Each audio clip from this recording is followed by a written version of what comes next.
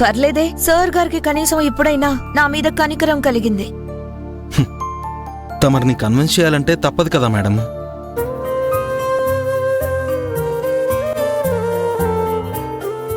Hi Pavi, సారీనే, అడగడం మర్చిపోయాను. Doctor ఏమన్నారు? కడుపులో ఉన్న బేబీ హెల్దీగానే ఉందిగా? టాబ్లెట్స్ టైంకి వేసుకుంటున్నావు కదా? అంతా ఓకే కదా? అంతా okay Sanju. Hi aunty. Hi hi అమ్మా. అంకుల్. హాయ్ సంజన. కీర్తి, ఎగ్జామ్స్ ఎలా రాసావు? బానే రాశాను సంజు. Hello uncle. హాయ్ అమ్మా. ఎలా ఉన్నారు? నేను బాగున్నానమ్మా. రాజశేఖర్ రాలేదా? ఏ అంకుల్, డాడీ వస్తేనే నేను రావాలా, లేకపోతే రాకూడదా? ఆ, అలాంటిదేం లేదమ్మా. ఇది నీ ఇల్లు, ఎప్పుడైనా రావచ్చు.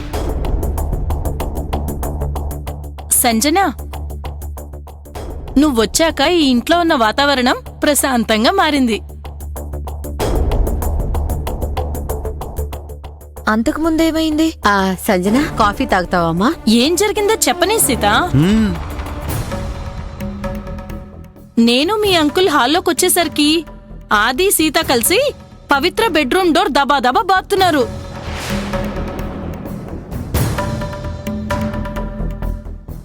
ఏమైందో మా ఇద్దరికి అర్థం కాక బిత్తరపోయి చూస్తున్నాం.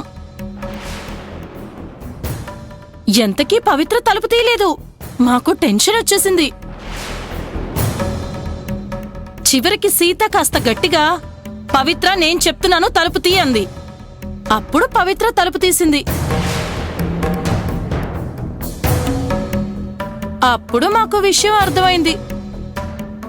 పవిత్ర తలుపు పెట్టుకొని తీయకపోవడానికి కారణం నువ్వే అని.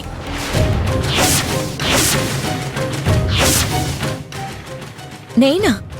ఇప్పుడు అదంతా ఎందుకత్తయ్యా? అలా అంటావేంటలుడు?